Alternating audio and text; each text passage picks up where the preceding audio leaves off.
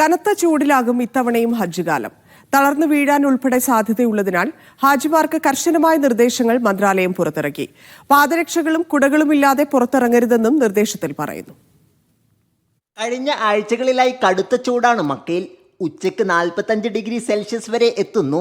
ഹറമിലും പുണ്യസ്ഥലങ്ങളിലും പോകുന്ന തീർത്ഥാടകർ ഇതിനാൽ പ്രയാസപ്പെടുന്നുണ്ട്. യഥാർത്ഥത്തിൽ 11 മണിക്ക് ശേഷമാണ് ചൂട്. 11 ടു ഒരു 3-3:30 വരെ പുറത്ത് നല്ല ചൂടാണ്.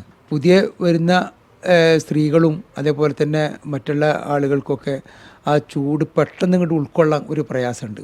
ആരോഗ്യ ഹജ്ജ് മന്ത്രാലയങ്ങളുടെ നിർദ്ദേശം ഇവയാണ്. രാവിലെ 11 മുതൽ ഉച്ച കഴിഞ്ഞ് 3 മണി വരെ നേരിട്ട് വെയിൽ കൊള്ളരുത്. കുടയും വെള്ളവും കയ്യിൽ കരുതണം. ശരീരത്തിൽ ജലാംശം നിലനിർത്താൻ സഹായിക്കുന്ന പഴങ്ങൾ കഴിക്കണം. മൈദയും അരിയും ഉൾപ്പെടുന്ന ഭക്ഷണം അമിതമാകരുത്. ആരോഗ്യപ്രയാസമുള്ളവർ രോഗാവസ്ഥയുടെ മെഡിക്കൽ രേഖകളുടെ കോപ്പി കയ്യിൽ കരുതണം. അടിയന്തര ഘട്ടത്തിൽ മികച്ച ചികിത്സ ലഭിക്കാൻ ഇത് ഗുണമാകും. പ്രമേഹം ഉൾപ്പെടെ പ്രയാസമുള്ളവർ ഭക്ഷണവും വെള്ളവും മരുന്നും കൃത്യമായ അളവിൽ ഉപയോഗിക്കണം.